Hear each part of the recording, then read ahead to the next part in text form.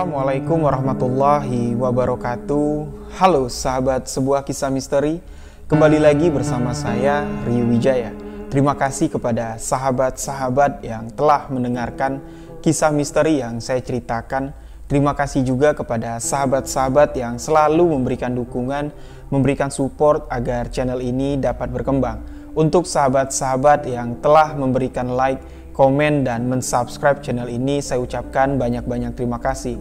Untuk sahabat-sahabat yang baru bergabung, baru mendengarkan kisah misteri yang saya ceritakan, sahabat-sahabat boleh mengklik tombol subscribe dan jangan lupa aktifkan notifikasi loncengnya agar tidak ketinggalan video-video sebuah kisah misteri selanjutnya.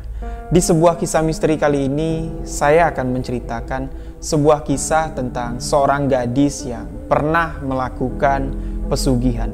Pesugihan putih yang akhirnya menumbalkan kedua orang tuanya. Jadi, bagaimana kisah ini? Simak hanya di sebuah kisah misteri.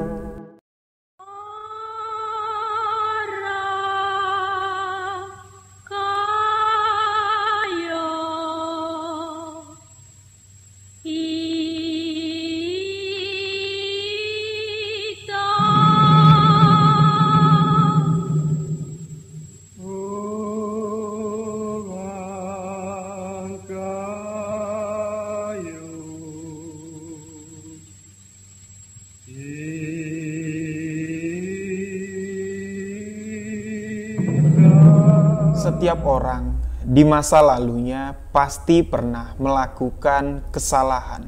Namun, penyesalan tidak akan mengubah waktu.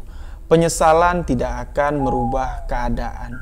Kesalahan-kesalahan yang pernah kita lakukan di masa lalu, jadikanlah pelajaran untuk kedepannya diri kita menjadi jauh lebih baik. Seperti saya juga, banyak sekali di masa lalu kesalahan-kesalahan yang pernah saya lakukan, namun saya tidak menyesalinya. Batin saya mengatakan kalau apa yang sudah pernah saya lakukan, kesalahan-kesalahan yang pernah saya lakukan di masa lalu, itu adalah sebuah pelajaran, sebuah kesalahan yang patut dijadikan pelajaran, agar kita tidak melakukan, tidak jatuh ke lubang yang sama. Jadi, kisah yang akan saya bagikan kali ini merupakan sebuah kiriman dari salah seorang sahabat subscriber. Di sini kita sebut saja dengan nama Mbak Gadis. Mbak Gadis yang mengirimkan kisahnya kepada saya melalui DM Instagram. Mbak Gadis hanya ingin bertanya mengenai hal pesugihan kepada saya. Namun pertanyaan yang diberikan Mbak Gadis ini sangat detail sekali.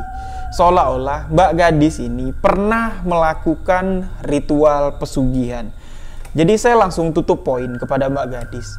Saya langsung menanyakan, apa yang Mbak tanyakan ini kok sangat detail sekali? Jangan-jangan Mbak pernah melakukan ritual pesugihan? Dan Mbak Gadis langsung menjawab, kalau dia ingin menceritakan langsung kepada saya. Karena kalau untuk diketikkan, dikirimkan ke DM Instagram, Mbak Gadis nggak sanggup. Ya, karena ceritanya cukup panjang dan kejadian yang akan diceritakan Mbak Gadis ini di tahun 2015 itu sampai hari ini di tahun 2021, penyesalan yang dirasakan Mbak Gadis tentang apa yang pernah dilakukannya itu masih sangat melekat. Jadi Mbak Gadis meminta izin kepada saya untuk menelpon melalui DM Instagram dan Mbak Gadis menceritakan semua kejadiannya kepada saya. Di tahun 2015, Mbak Gadis pernah terjebak tentang pesugihan putih. Nah, kisah ini sekaligus untuk menjawab pertanyaan sahabat-sahabat semua yang banyak sekali masuk melalui DM Instagram, masuk melalui email sebuahkisahmisteri@gmail.com tentang pesugihan putih. Apakah ada pesugihan putih? Apakah boleh dilakukan? Jadi begini, jawabannya akan saya jawab di akhir video ini. Dan sekarang saya akan menceritakan kisah yang dibagikan oleh Mbak Gadis tentang pesugihan yang pernah dilakukannya di tahun 2015. Mbak Gadis yang tidak ingin menyebutkan dari mana kota asalnya, dia berangkat menuju ke Jakarta Pada saat itu, usia Mbak Gadis baru berusia 19 tahun. Dia berniat ikut kakak sepupunya. Di sini kita sebut saja dengan nama Mbak Leni, pergi ke Jakarta untuk mencari pekerjaan. Karena Mbak Leni ini boleh dikatakan sudah cukup sukses lah di Jakarta. 4 tahun dia merantau, dia bisa membangun rumah di kampungnya, membiayai kehidupan kedua orang tuanya. Mbak Gadis ingin mencontoh kesuksesan dari Mbak Leni. Singkat cerita, di tahun 2015, Mbak Gadis pun menginjakan kakinya di ibu kota. Yang mana sebelum-sebelumnya Mbak Gadis ini belum pernah sama sekali ke Jakarta. 1 bulan Mbak Gadis di Jakarta, diajaklah oleh Mbak Leni menemui beberapa rekannya yang memiliki toko. Jadi Mbak Gadis ini dititipkanlah untuk menjadi kasir atau pegawai di toko tersebut. Namun memang pada saat itu belum ada lowongan karena karyawan mereka semuanya masih full. Jadi setelah 1 bulan Mbak Gadis menunggu, hanya berdiam diri di kos-kosan yang diletakkan oleh Mbak Leni. Sedangkan Mbak Leni ini tinggal di sebuah apartemen. Mbak Gadis belum pernah menginjakan kakinya di apartemen si Mbak Leni ini. Dan kurang lebih sekitar 4 bulan sudah Mbak Gadis berada di Jakarta. Namun tidak ada satupun pekerjaan yang dapat dilakukan oleh Mbak Gadis, melainkan hanya menunggu kalau Mbak Leni datang mengajaknya pergi. Pergi itu pun ya bukan untuk mencari pekerjaan, namun ya hanya untuk menemani Mbak Leni ini ya pergi shopping. Nah, karena Mbak Gadis ini sudah merasa bosan sekali. 4 bulan dia nggak ada kegiatan yang positif. Sedangkan niat awalnya dia ke Jakarta itu kan untuk mencari pekerjaan. Dia menanyakan kepada Mbak Leni, "Mbak, masa kok nggak ada satupun pekerjaan yang bisa aku lakukan? Pekerjaan yang bisa menghasilkan uang. Yo, kalau lama-lama seperti ini mendingan aku pulang ke kampung. Yo, aku datang ke sini kan untuk cari uang. Masa Mbak nggak bisa bantu? Kalau enggak, yo, aku kerja sama kayak Mbak aja lah. Mbak kerja di mana sih?" Nah, Mbak Gadis ini dia nggak tahu apa yang dilakukan oleh Mbak Leni ini. Pekerjaan apa yang dilakukan Mbak Leni ini dia nggak tahu. Dan pada hari itulah Mbak Leni menceritakan, "Yo, kalau kamu mau kerja sama kayak aku, kamu siap nggak, Dek? Yo, kamu tuh nggak tahu aja kerjaanku ini apa. Aku sekarang ini menjadi simpanan om-om. Nah, tempatku kerja itu di karaoke, kerja malam. Ya, kenapa aku nggak pernah ajak kamu ke apartemen aku? Karena di apartemen itu ada om-om yang nunggu aku.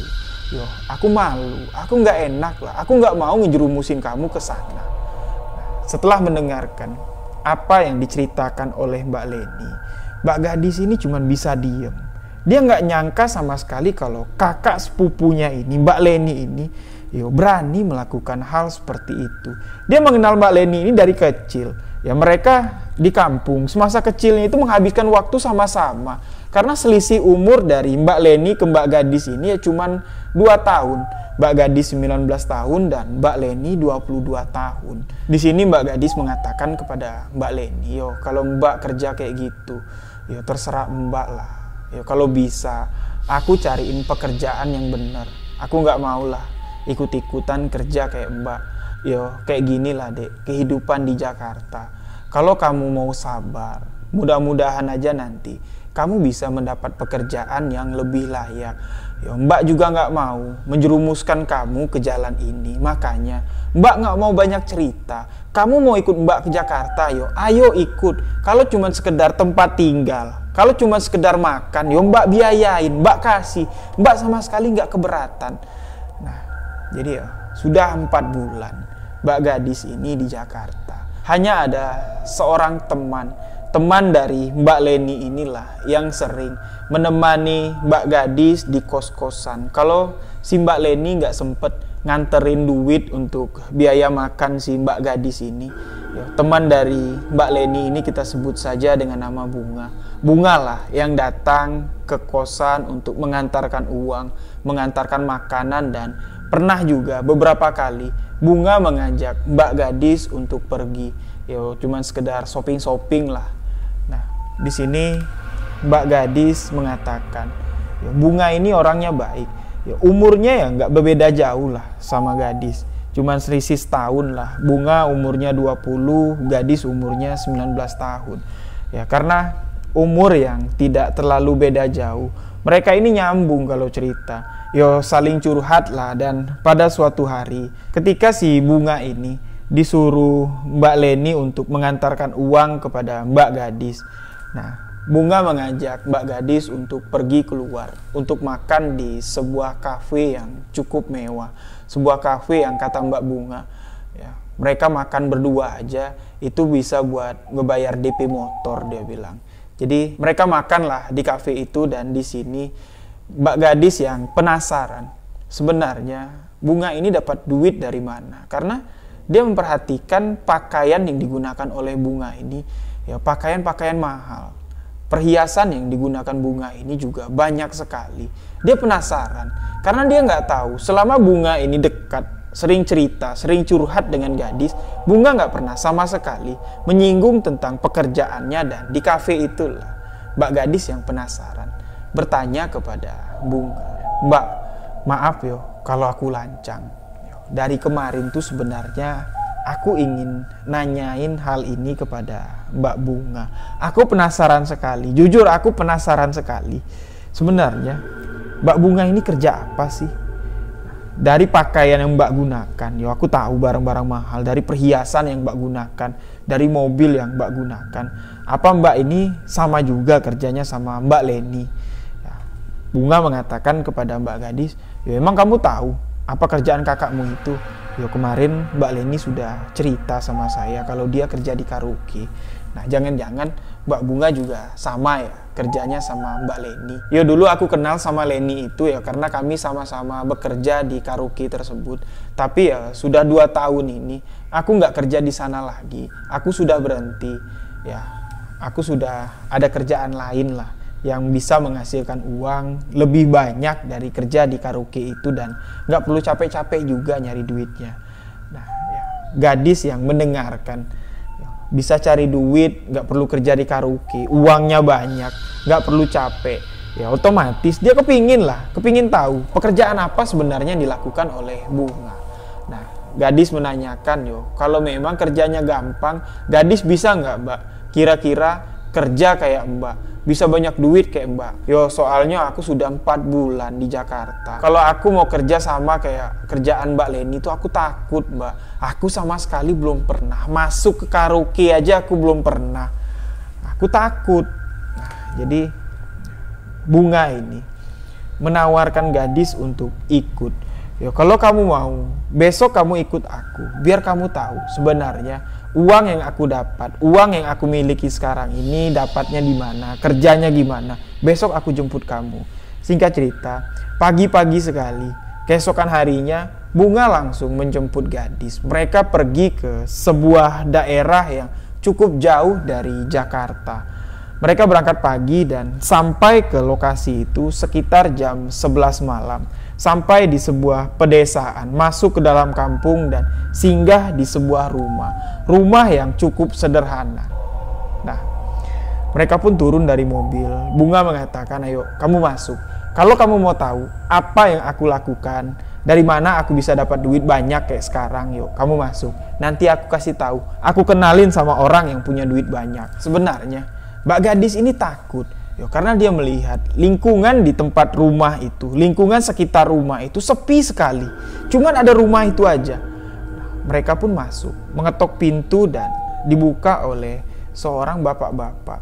Umurnya sekitar 54 tahun, menggunakan pakaian hitam, baju hitam, celana hitam, dan memakai sebuah peci. Bapak-bapak ini kita sebut saja dengan panggilan Mbah. Nah, si Mbah pun mempersilahkan untuk mereka masuk. Mereka pun masuk, duduk di ruang tamu, tidak menggunakan kursi, ya hanya beralaskan tikar. Mereka duduk lesehan dan si Bunga ini memperkenalkan Gadis kepada si Mbah. Nah, setelah beberapa saat mereka ngobrol, si Bunga ini masuk ke sebuah ruangan dengan si Mbah ini. Entah apa yang mereka lakukan. Ya, Gadis mengatakan kurang lebih sekitar 2 jam lah. Dia menunggu di luar dan akhirnya Bunga keluar dengan wajah yang seperti orang kesenangan lah, seperti mendapatkan sesuatu yang sangat berharga. Nah, mereka bertiga pun kembali duduk di ruang tamu itu dan berbincang-bincang. Pada saat itu sudah hampir jam 2. Ya, di sini Bunga mengatakan kepada si Mbah, kalau gadis ini pingin dapat duit banyak, karena dia sudah 4 bulan berangkat dari kampungnya ke Jakarta tapi sama sekali belum ada pekerjaan. Dia kepingin gimana caranya bisa dapat duit banyak seperti Bunga. Dan si Mbah mengatakan, yo kalau Cahayu mau mendapatkan uang yang banyak seperti yang didapat oleh Mbak Bunga, Cahayu juga bisa.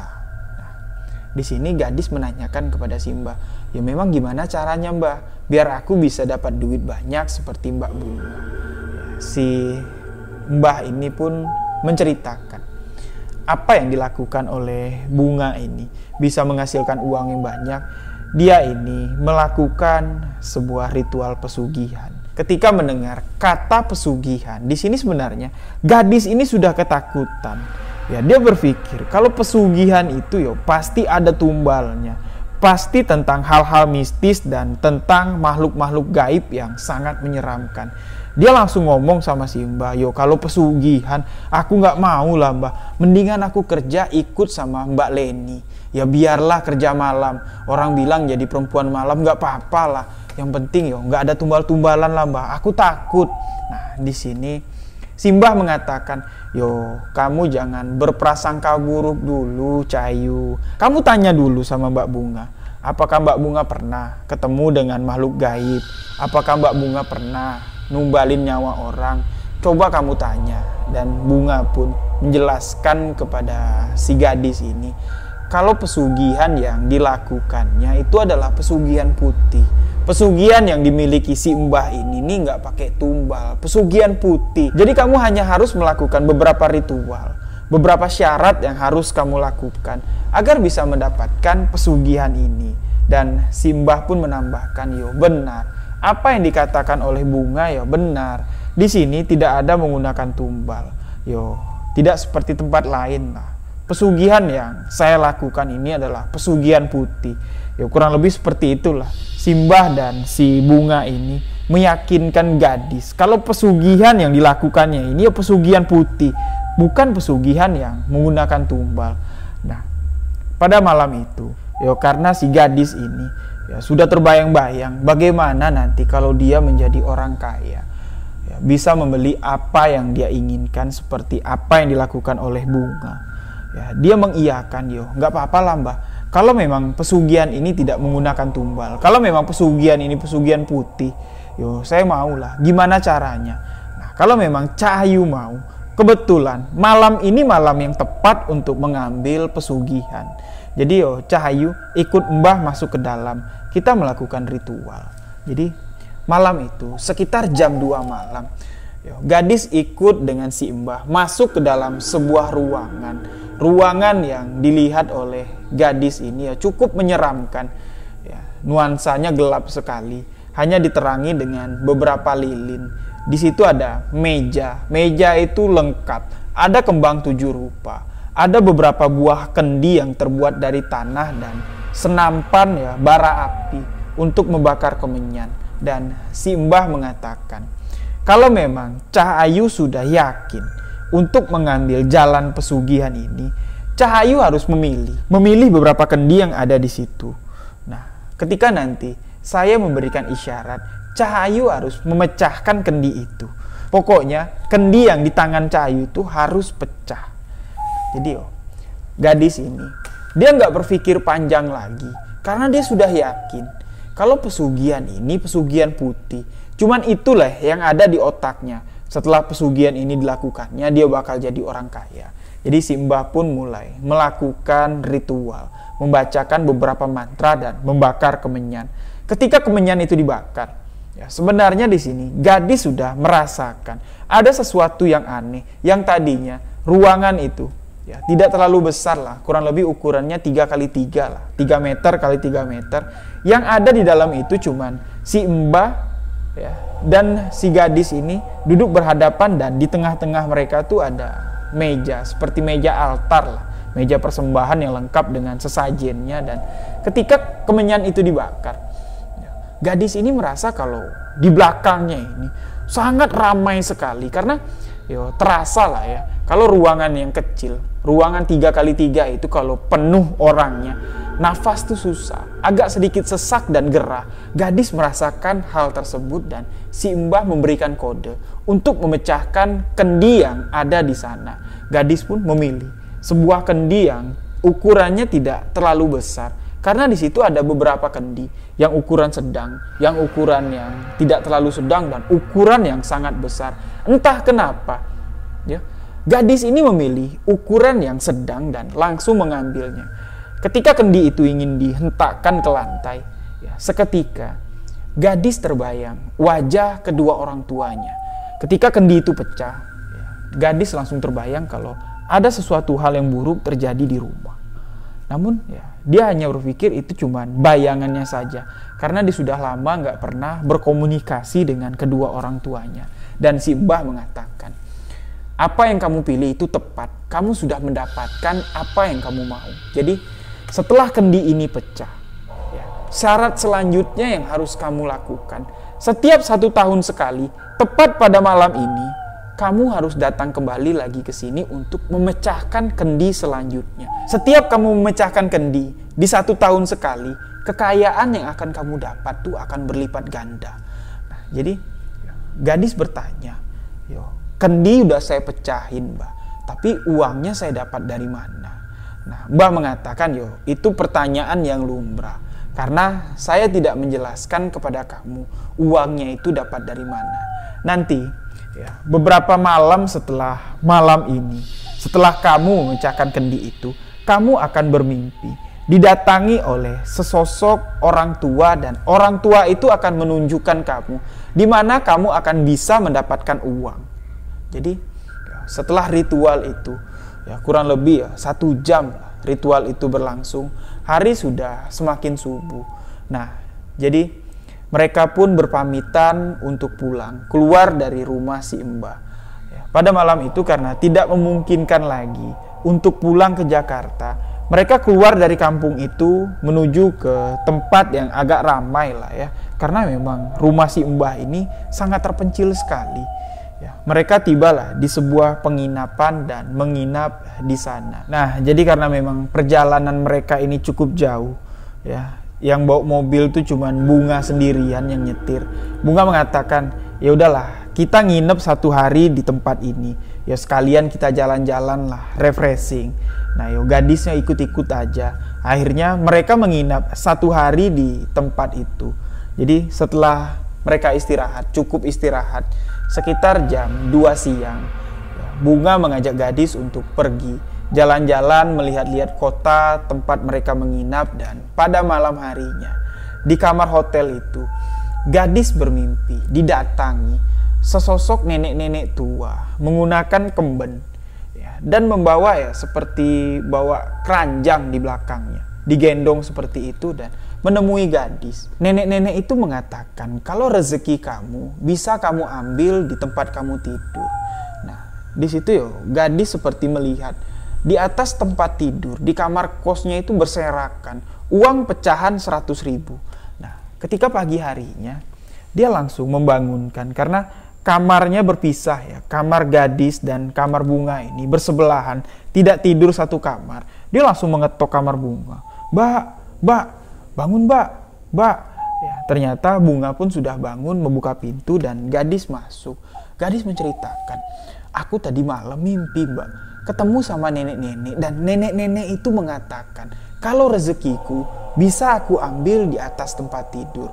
Nah, ketika nenek-nenek itu hilang, aku langsung terbayang mbak, kalau di dalam kamar kosanku sekarang itu, di atas tempat tidur itu berserakan uang 100.000, banyak sekali mbak. Dan si Bunga ini langsung memeluk gadis mengatakan, kalau ritual pesugihan yang kamu lakukan itu berhasil deh. Ayo kita pulang ke Jakarta. Kita lihat uang yang kamu dapat tuh seberapa banyak.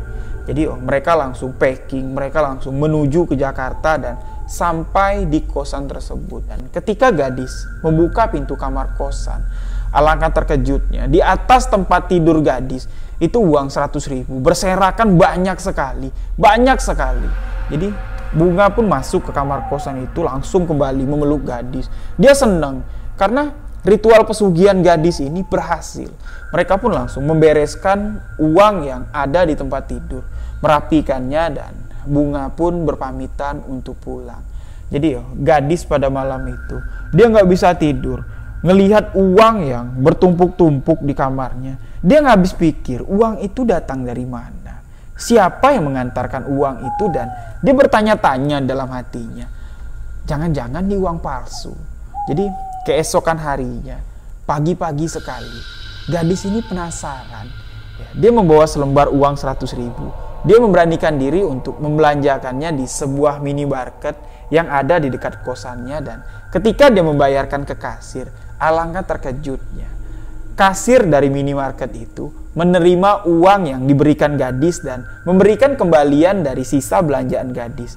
Dia langsung pulang.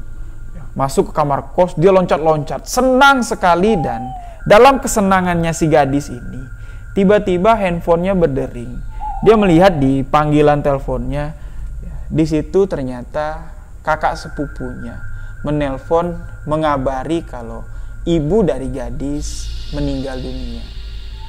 Nah, Mbak Lina mengatakan, kamu di mana, Dik? Dari kemarin kok nomor handphone kamu nggak bisa ditelepon. Kamu tahu nggak? Ibu kamu meninggal. Jadi setelah mendapat kabar kalau ibunya meninggal, gadis ini udah nggak bisa lagi senang-senang. Uang yang ada di hadapannya itu seolah-olah nggak berarti. Dia pun dijemput oleh Mbak Lina. Sedangkan uang yang hasil pesugihan ini dibiarkan oleh gadis. Namun Mbak Lina ini nggak masuk ke kamarnya karena mereka buru-buru. Mbak Lina hanya menunggu di depan kosan. Gadis langsung turun, membawa baju seadanya. Dia langsung masuk ke mobil dan menuju ke kampung halamannya. Karena kampung halaman gadis ini cukup jauh, perjalanannya kurang lebih 1 hari 1 malam. Di dalam mobil, gadis sangat menyesal sekali karena dia tidak bisa melihat ibunya meninggal dunia. Bahkan untuk melihat prosesi pemakaman dari ibunya aja udah nggak bisa. Karena ibunya gadis ini meninggal ketika malam, ketika gadis mengambil pesugihan. Di situ Mbak Lina juga sudah menelpon, tapi nomor handphone gadis ini nggak aktif. Jadi mereka pun di perjalanan itu sama-sama menyesal karena tidak bisa melihat prosesi pemakaman karena sudah terlambat. Singkat cerita, gadis dan Mbak Lina pun sampai ke kampung halamannya. Gadis cuma bisa melihat makam dari almarhumah ibunya. Gadis hanya bisa menangis di atas batu nisan almarhumah ibunya. Pada malam itu pun mereka mengadakan yasinan untuk mendoakan almarhumah ibunya gadis. Ketika malam itu, gadis menangis meratapi kepergian dari sang ibunda. Namun yang diratapi gadis di sini, dia menyesal karena belum bisa membahagiakan ibunya. Padahal gadis baru bisa dapat duit, Mak. Dalam hatinya dia berkata-kata, kok Mak cepat sekali pergi. Gadis baru aja dapat uang yang banyak. Mak belum bisa menyicipi uang yang gadis hasilkan. Gadis melakukan ini semua untuk emak, untuk bapak, untuk adik-adik. Nah, bodohnya di sini. Gadis ini berpikir kalau kematian dari ibunya ini bukan karena dari pesugihan. Dia berpikir kalau itu sudah ajal. Kalau itu nggak ada sangkut paut lah dengan pesugihan. Karena si Mbah dan si Bunga mengatakan kalau pesugihan yang dilakukannya ini sama sekali tidak menggunakan tumbal. Pesugihan putih yang dilakukannya. Bodohnya dia di situ. Dia tidak bisa membaca kejadian ketika ibunya meninggal. Pas saat dia memecahkan kendi tersebut. Padahal dia sudah terbayang ketika dia memecahkan kendi itu, wajah orang tuanya terbayang. Karena gadis ini gak sadar apa yang dilakukannya ini memakan tumbal. Setelah kembali ke Jakarta, dengan uang yang cukup banyak, gadis langsung kembali menikmati hidupnya dan melupakan kematian dari sang ibu. Dengan uang yang didapatnya, dengan uang yang ada dalam kamar kosan, cukup banyak. Sampai-sampai gadis ini gak berani untuk menyimpan uang itu sekaligus ke bank. Dia hanya menyetor tunai. Dengan mesin setor tunai, Dia hanya memasukkan secukupnya saja, dan kehidupan gadis pun berubah. Yang tadinya kosan yang dibayari oleh Mbak Lina, sekarang dia sudah bisa membayar kosan sendiri. Bahkan gadis pindah ke sebuah kosan yang cukup elit dengan fasilitas yang sangat lengkap. Bahkan di sini hubungan gadis dengan Mbak Lina pun semakin renggang, karena setiap Mbak Lina menelpon, gadis jarang sekali untuk mengangkat teleponnya karena dia sudah memiliki kehidupan yang lain. Dia sangat dekat dengan bunga. Ya, dia sering menghabiskan waktu shopping dengan bunga yang tadinya si gadis ini nggak tahu yang namanya clubbing di tahun 2015 itu karena uang yang sangat banyak. Ya, dia nggak ragu-ragu lagi untuk ikut bunga party, menghabiskan uang yang dihasilkannya dari pesugihan. Singkat cerita, setahun berlalu. Di tahun 2016, bunga kembali mengajak gadis untuk pergi ke tempat Simba, untuk kembali melakukan ritual pesugihan. Karena pesugihan yang dilakukan gadis dan bunga ini setahun sekali itu harus didatangi, harus dilakukan ritual lagi, harus dilakukan ritual memecahkan kendi. Jadi mereka pun berangkat sampai ke rumah Simba. Di situ seperti biasa, seperti tahun kemarin, bunga dulu yang masuk untuk melakukan ritual pesugihan, dan barulah setelah bunga selesai keluar dari ruangan tersebut dengan wajah yang berseri-seri seperti mendapatkan sesuatu. Gadis udah senyum-senyum juga. Dia menebak kalau bunga ini bakalan dapat duit yang lebih besar lagi karena terlihat dari raut wajahnya. Dan Simba kembali memanggil si gadis. Ayo Cahayu, sekarang giliran kamu. Ini tahun pertama untuk kamu kembali ke sini. Kendi pertama sudah kamu pecahkan. Sekarang kamu harus memecahkan kendi yang selanjutnya. Jadi gadis masuk ke dalam ruangan tersebut. Seperti biasa, ruangan yang tidak berubah. Seperti tahun kemarin, masih dengan suasana yang cukup gelap, hanya diterangi lilin. Ya, ruangan 3x3 itu. Terdapat meja yang penuh dengan sesaji, dan ya, gadis kembali melihat di situ ada 3 buah pilihan kendi. Kendi yang kecil, kendi yang sedang, dan kendi yang cukup besar. Jadi gadis ini berpikir, kemarin aku pecahkan kendi yang ukuran sedang. Aku dapat uangnya ya lumayan banyak. Nah, kali ini aku akan memecahkan kendi yang lebih besar. Kendi yang ketiga akan aku pecahkan.